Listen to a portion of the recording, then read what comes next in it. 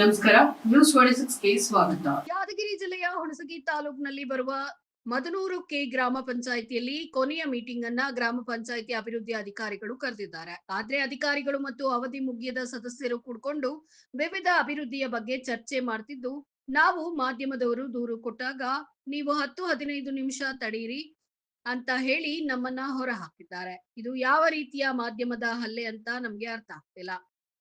ಇದು ಮದನೂರು ಕೆ ಗ್ರಾಮ ಪಂಚಾಯಿತಿ ಅಭಿವೃದ್ಧಿ ಅಧಿಕಾರಿಯ ಕಿಮ್ಮತ್ತ ಅಥವಾ ಅವಧಿ ಮುಗಿದ ಸದಸ್ಯರ ಕಿಮ್ಮತ್ತ ಅನ್ನೋದು ಗೊತ್ತಾಗ್ತಿಲ್ಲ. ವರದಿ ಹನುಮಂತರಾಯಗೌಡ, ಯಡಿಯಾಪುರ, ನ್ಯೂಸ್ 26 ಕನ್ನಡ, ರಾಯಚೂರು.